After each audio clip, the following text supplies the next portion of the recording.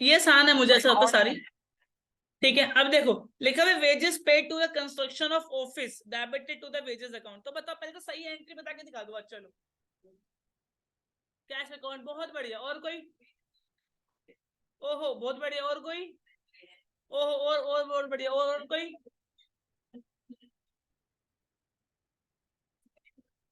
हाँ, ये तो देख के बता रहा है, वो भी रेक्टिफाई है।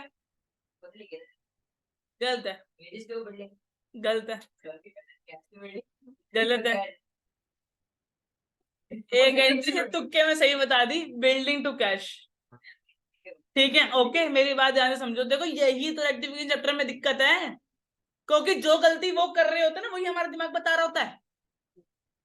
ठीक है, जब भी आपने वेजेस दिए हैं बिल्डिंग को बनाने के लिए, तो वो बिल्डिंग अकाउंट में ऐड होंगे, ना कि वेजेस अकाउंट में। क्यों? क्योंकि वेजेस अकाउंट में सिर्फ वही वेजेस ऐड होंगे जो गुड्स को बनाते समय लेबर का खर्चा है। ए बाबा, तो सामान को बनाते समय वेजेस खर्चा होगा, वेजेस, और बिल्डिंग आते समय भी, तो दोनों में डिफरेंस रह क्या जाएगा? तो बिल्डिंग के लिए बिल्डिंग लिखेंगे, और जो गुड्स बनाने में वेजेस लग रहे हैं उसके लिए वेजेस लिखेंगे। तो होना क्या चाहिए था? बिल्डिंग बन रही थी, लिख क्या दिया?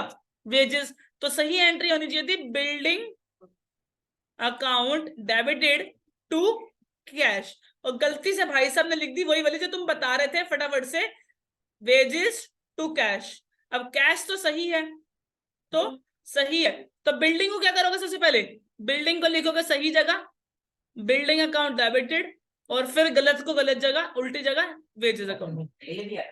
ठीक है, लिख लो फटाफट से।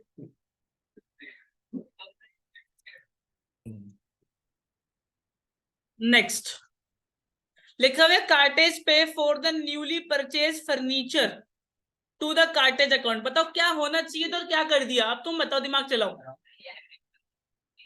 कार्टेज टू कार्टेज रॉन्ग हो गया। बताओ, देखो क्या करा, कार्टेज पे करी न्यूली फर्नीचर खरीदने के लिए, लेकिन डाल दिया कार्टेज अकाउंट में। तो बताओ क्या गलत है और क्या सही है? सही एंट्री क्या होनी चाहिए, गलत एंट्री क्या होनी चाहिए?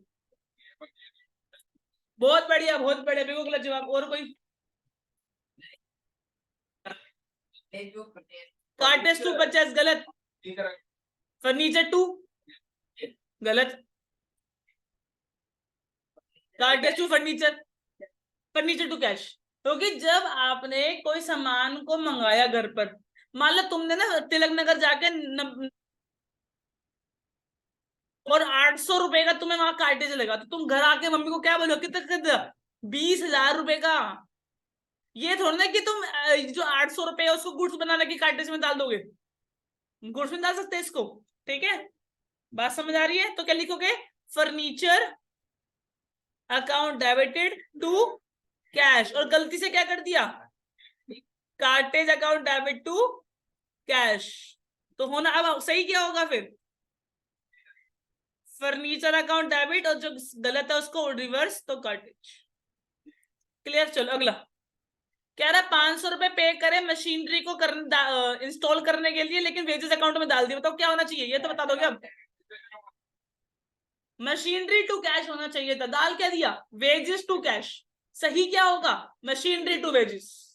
ठीक है, तो होना क्या चाहिए था? Machinery account debit to cash होना चाहिए था। गलती से क्या कर दिया?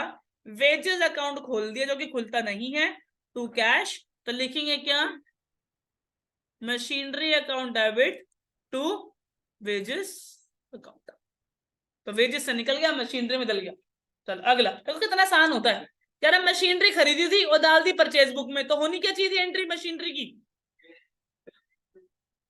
Machinery account debit to cash account होनी चाहिए, क्योंकि जब भी कोई एसेट खरीदते तो एसेट का नाम आता है।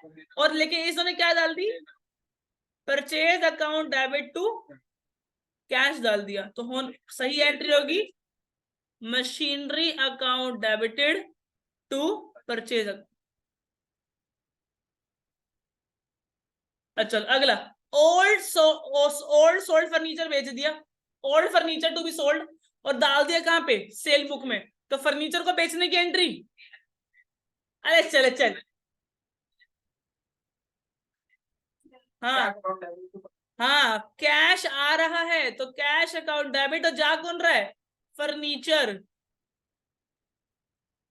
और लिख भाई साहब ने क्या दी?